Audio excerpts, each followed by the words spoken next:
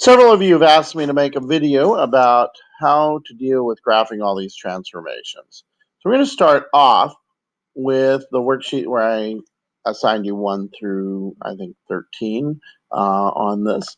So I'll confirm that it is 1 through 13. Yes, it is. So 1 through 13 from here. So we're going to start off with this matching set. We've got f equals 2 to the x, and f equals negative 2 to the x, and f equals 4 times 2 to the x, and f equals 1/2 times 2 to the x, and f equals negative 1/2 times 2 to the x, and f equals negative 4 times 2 to the x.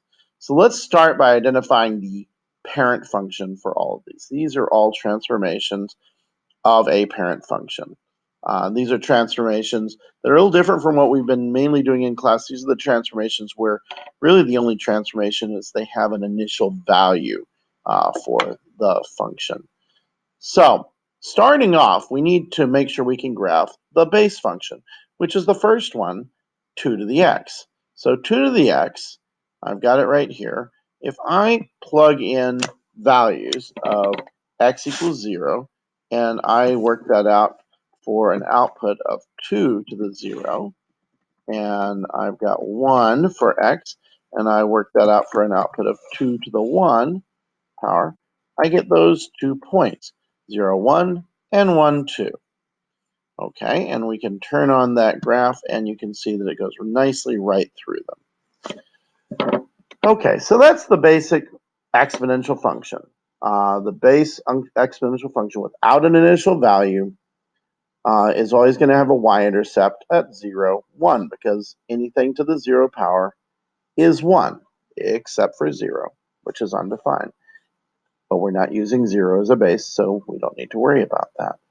And anything to the first power is itself. So we can easily get 2 points. We get a point at 0, 1, and 1 point at 1, 2. And it has the usual growth pattern. We're doubling, doubling, doubling, doubling forever in this. This is going up in a times 2 kind of counting. Okay, once we've done that, of course, we can go back and we can see that the one graph that has a 0, 1 in it and a 1, 2 is that one, this B. So 1 goes with B. All right, now here's where I want you to be a little systematic. You look at the other ones, and let's move them around so they match up.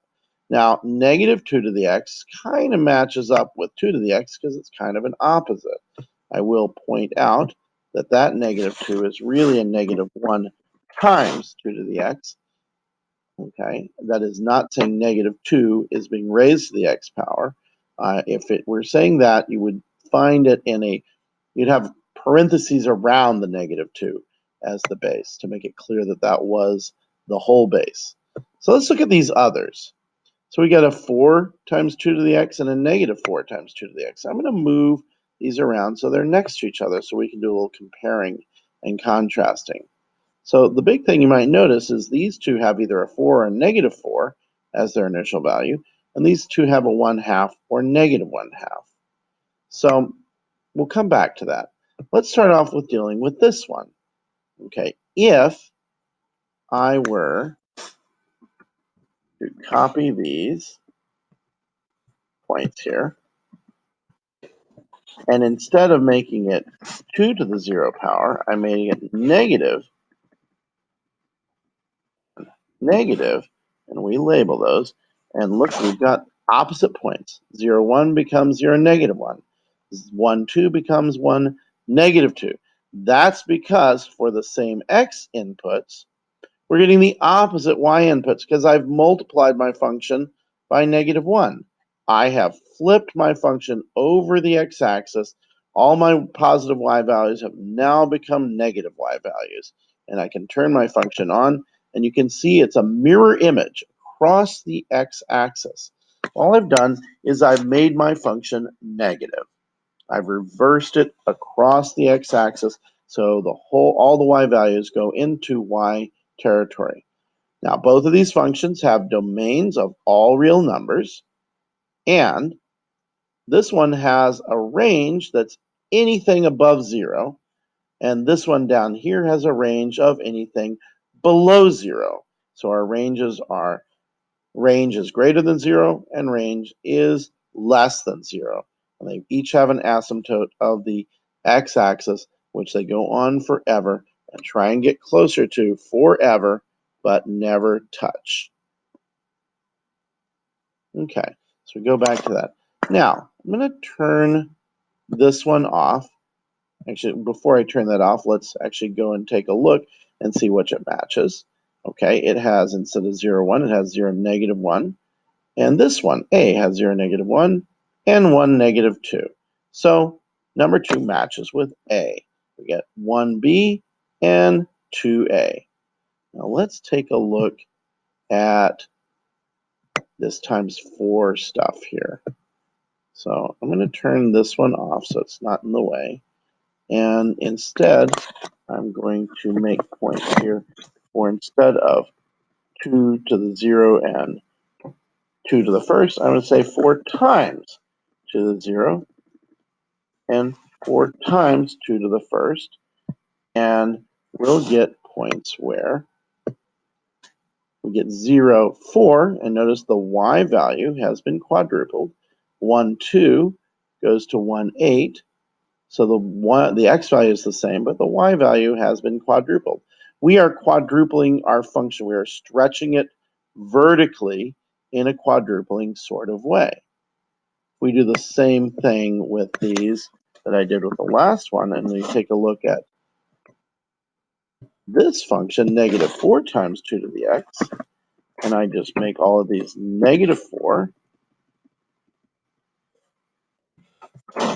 What I've done is I've flipped it across the x-axis, and I have 0, negative 4, and 0, negative 8. Notice this is a quadrupling of our previous flipping. Negative 1 becomes negative 4. Negative 2 becomes negative 8.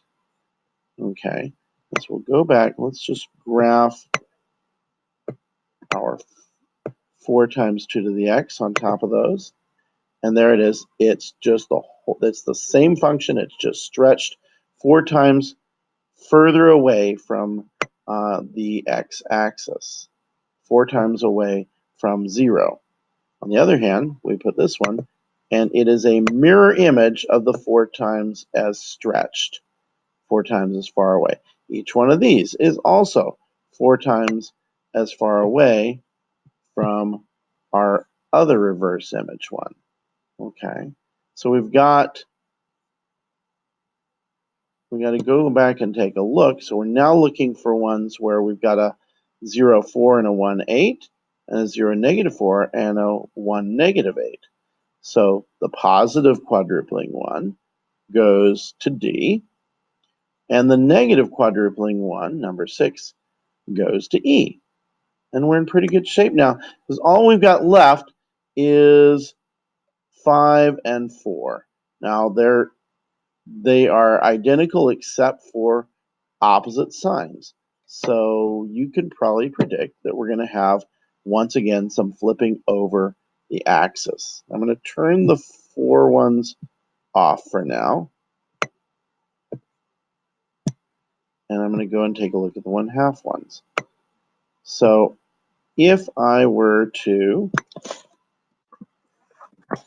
do these points, instead of 4, I make 1/2, and I label those. Now take a look at that.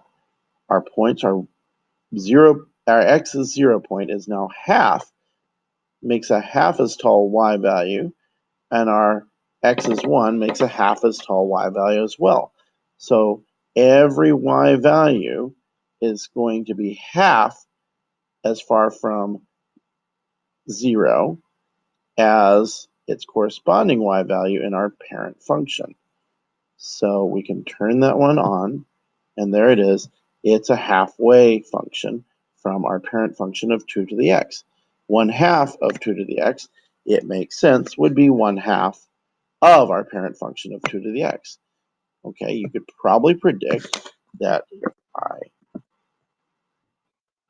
flip the sign of 1/2, I'm going to go right across the x-axis and have a mirror image of my half function, and we'll plot it here.